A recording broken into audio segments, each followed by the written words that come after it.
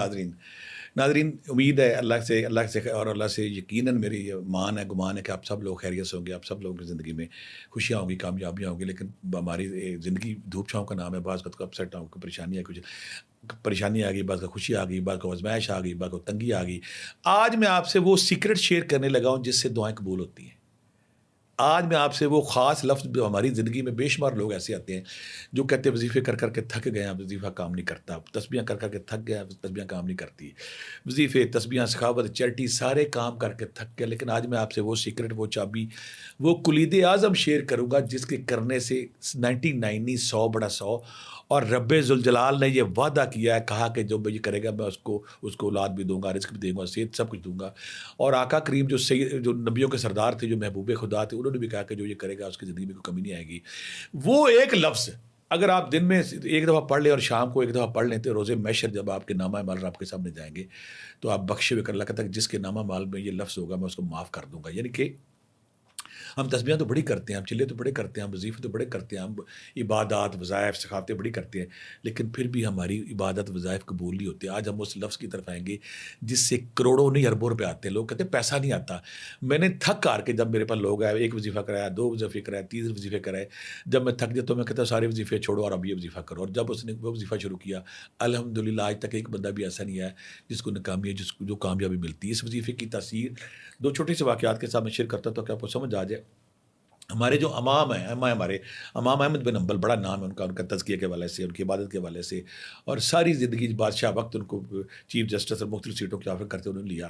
ان کا تقوی، ان کی عاجزی، ان کی عبادت، ان کی ہر لحاظ سے ایک نیک انسان تھے۔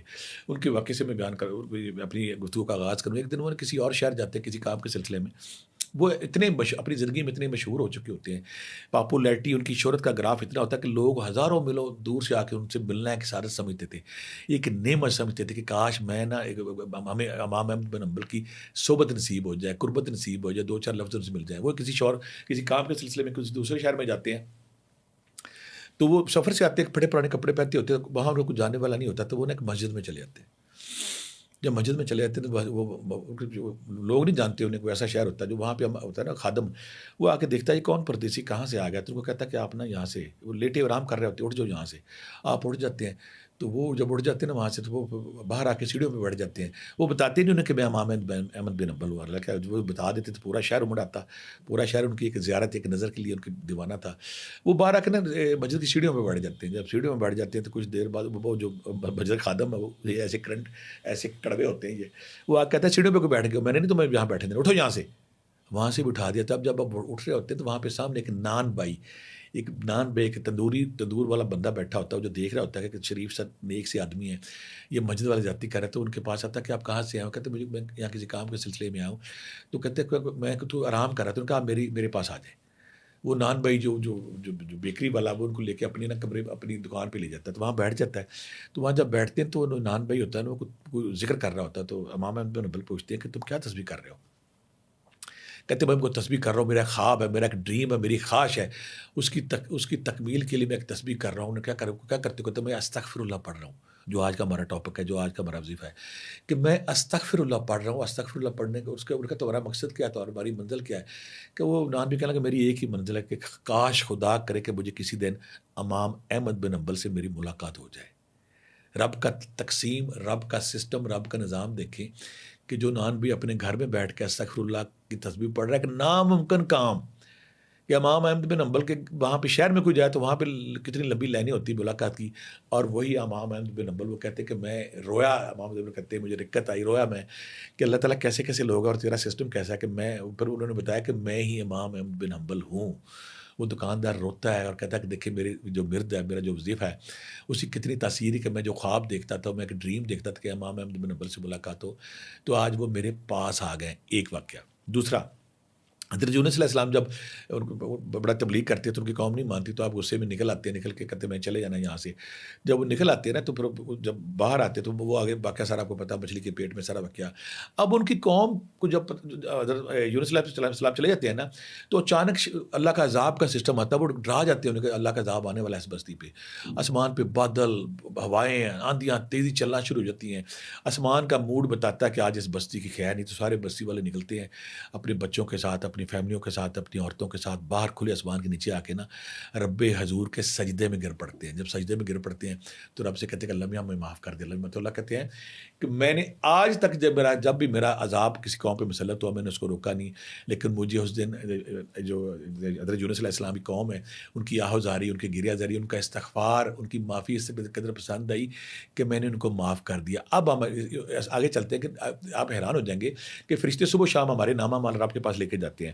اگر ہم صبح فرشتے آتے ہیں وہ عصر تک, اور عصر والے فرشتے صبح تک آتے ہیں.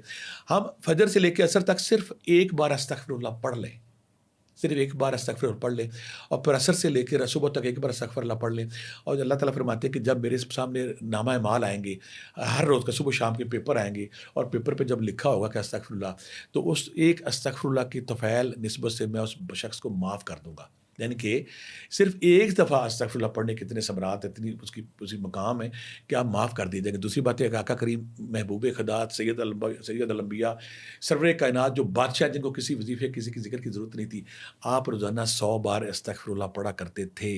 یعنی کہ 100 بار ڈیلی پڑھا کر, اور آپ فرماتے تھے کہ اللہ کو کوئی بھی عمل محبوب نہیں ہے, چاہے نماز ہے, چاہے حج ہے, چاہے زکوٰۃ ہے, چاہے روزہ ہے, جتنی مرضی عبادت کر لے, لیکن جب اللہ کے سامنے کوئی معافی مانگتا ہے, کوئی استغفار کرتا ہے, اللہ کو وہ معافی استغفار سب عبادات سے افضل ہے. لہٰذا ہماری زندگی میں پرابلم کیا آتی ہے, ہم جب استغفار کرتے ہیں ہم طوطے کی طرح پڑھتے ہیں. میں یہاں آپ سے شیئر کروں گا کہ آپ نے استغفار پڑھنا کیسے. آپ طوطے کی طرح پڑھتے ہیں, مشین کی طرح پڑھتے ہیں, ٹر پڑھے, اس طرح نہیں ہے. استغفار اس طرح پڑھنے ہے کہ آپ کے جسم کا رواں استغفار میں ڈھل جائے, آپ کا جسم کشکول بن جائے, آپ کا جسم کاسا بن جائے, آپ اللہ کے پورا وجود آپ کا دعا میں ڈھل جائے, کپ کپی طاری ہو جائے, آپ کی آنکھوں سے آنسو بہنے شروع ہو جائیں.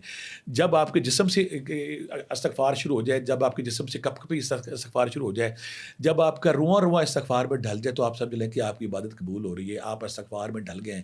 طوطے کی طرح استغفار سے فرق نہیں پڑنا. استغفار کب پڑھنا ہے؟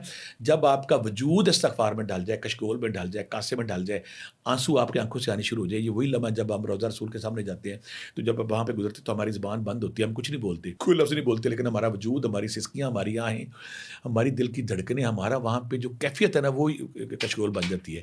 ہم نے کیا کرنا ہے؟ ہم نے استغفار جب پڑھنا ہے اس طرح پڑھنا کہ ہمارا سارا وجود اس استغفار میں ڈل جائے. آپ جب استغفار پڑھتے ہیں, یقین کریں رب راضی ہوتا ہے, وہ آپ کو معاف کر دیتا ہے. اور دوسری بات ہے, جب استغفار پڑھتے ہیں تو یہ استغفار کے ہے کہ اللہ سے معافی ہے نا, جب استغفار ہم پڑھتے ہیں تو استغفار پڑھنے کے دوران اللہ راضی ہوتا ہے, اور بندہ اقرار کرتا ہے رب کی ربوبیت کر رہا ہے, اللہ تو میرا رب ہے, تو میرا سب کچھ ہے, میں تیرے سے اپنی غلطیوں کا اقرار کرتا ہوں. کچھ لوگ کہتے ہیں کہ معافی ایک دفعہ مانگے, 2 دفعہ, میں دیکھو تو معافی ہر روز مانگے, ہر لمحے کے ساتھ مانگے, اور جتنی بار بندہ معافی مانگتا ہے رب راضی ہوتا ہے. اور اللہ تعالیٰ نے بڑی پیاری بات کی ہے, جب کوئی انسان معافی مانگتا ہے تو وہ میری طرف چلتا ہے, تو میں اس کی طرف نا دوڑنا شروع کر دیتا ہوں. اور اگر کوئی بندہ معافی مانگ کے میری طرف دوڑ کے آئے تو میں اڑ کے اس کی طرف جاتا ہوں. اور دوسری بات ہے وہ جو 99 قتل والی بات ہے کہ بندے نے جب آخر میں اس نے توبہ کی اور ایک مولوی کے پاس گیا, انہوں نے کہا تمہارا تم بخشے نہیں جاؤ گے, انہوں نے اسے بھی قتل کیا. اور جب اس کے بعد جب اس کی موت کا وقت ہے تو اللہ نے زمین کو سکیڑ دیا کہ فرشتے دونوں آ گئے کہ یہاں پہ دیکھیں یہ نیک بندہ ہے, یہ برا بندہ. تو جو نیکی والے فرشتے اس کی جگہ اللہ نے پھیلا دی, اور اللہ نے اس 100 بندے قاتل کو بھی معاف کر دیا. آپ سب نے یہ واقعہ سنا ہوگا. تو ہم نے اپنی زندگی میں استغفار لانا ہے, کیفیت کے ساتھ, تڑپ کے ساتھ, اس حال کے ساتھ. اگر ہم ویسے استغفار کریں گے تو ہمارے لیے بے معنی ہو جاتا ہے. استغفار مشینی نہیں پڑھنا ہے, استغفار کہتا کوئی مشینی نہیں پڑھنا, طوطے کی طرح ٹٹر نہیں کرنا. جب آپ استغفار پڑھیں تو انشاءاللہ اس کے ثمرات اتنے کہ آپ کی زندگی بدل جائے. استغفر اللہ ربی من کل ذنب و اتوب الیہ, وہ خاص استغفار ہے, یہ وہ اسپیشل استغفار ہے. اگر کوئی بندہ اس اسکرین پہ بھی ہم دیں گے, اگر کوئی بندہ اس کو 100 بار صبح شام پڑھ لے تو کیا بات. میری زندگی میں 2-3 ایسے کاروباری لوگ ہیں کہ میں دکان پہ گیا تو بڑا لہر بہر پیسے, میں نے کیا کرتے ہو, کہتے ہیں ہم سمپل یہ کرتے ہیں کہ میرے جو ورکر یہاں پہ صبح آتی ہے, میں سب سے کہتا ہوں کہ آپ نے 100 بار یہاں پہ استغفار پڑھنا ہے, پھر ہمارے دن کا آغاز. میں ایک فیکٹری میں گیا تو وہاں پہ انہوں نے کہا تھا کہ ہم نے یہاں پہ ہر ورکر کی ڈیوٹی لگائی ہوئی ہے کہ صبح ہوتی ہے آپ نے 100 بار استغفار پڑھنا ہے. تو میرے سارے وہ لوگ ہیں, میری زندگی میں جب کوئی لوگ آتے ہیں وہ رزق کے وظائف کر, آپ میں کوئی سورۃ طلاق والا وظیفہ کر رہا ہے, کوئی سورۃ کوثر والا کر رہا ہے, کوئی یا رزاق کو یا باسط تو کر رہا ہے, جو کوئی یا غنی ہو یا مغنی کا. آپ اپنی پسند کا ورد شروع کریں, چاہے سورۃ کوثر شروع کر لیں, چاہے سورۃ طلاق شروع کر لیں, چاہے یا رزاق کو یا باسط کر لیں, چاہے یا غنی ہو یا مغنی شروع کر لیں, یا رزاق کو یا وہاب شروع کر لیں. ساتھ آپ ان میں سے کوئی وظیفہ جو آپ کو پسند ہے, میں نے پہلے دیے وہ آپ شروع کریں. ساتھ آپ 1000 دفعہ استغفر اللہ, 1000 دفعہ استغفراللہ اگر آپ پڑھتے ہیں، یقین کریں آپ، اور اس کیفیت کے ساتھ، اس مستی کے سلوک کے ساتھ، پیسے پھر لوگ گھر آ کے دیتے ہیں، پیسے راستوں سے پیسے آنے شروع ہوتے ہیں، بانڈ لگنے شروع ہوتے ہیں، آپ کو بیکار پلاٹ پڑا وہ مہنگا ہو جاتا ہے، اور آپ کے جو راستے میں لوگ وہ پیسے آپ گھر آتے ہیں، پیسے آپ کے پیچھے پیچھے پھرتے ہیں، وہ بند دروازے جو کسی راستے سے نہیں کھلتے، اس استغفار سے کھل جاتے ہیں۔ لہٰذا اپنی زندگی میں اگر آپ چاہتے ہیں پیسوں کی بارش ہو، پیسے نوٹوں کی بارش ہو، اور خدا کی قسم میں قسم کھاتا ہوں کہ اگر آپ چاہتے ہیں کہ آپ کروڑوں نہیں اربوں آپ کے پاس، اگر آپ استغفراللہ کو اپنی زندگی کا حصہ بناتے ہیں، ساتھ آپ سورۃ طلاق کی آتے ہیں، جیسے سورۃ کوثر کا والا وظیفہ ہے، یا رزاق ہو یا باسط ہو یا غنی ہو یا بونی ہے، اگر آپ اس کو شامل کرتے ہیں تو 1.5 سے 2 مہینے کے اندر آپ پہ پیسوں کی بارش ہونا شروع ہو جاتی ہے۔ استغفار، اور دوسری بات، اگر آپ کی کوئی بیماری ہے آپ استغفار پڑھیں۔ یہاں میں ایک بڑی خوبصورت بات ذکر کروں گا۔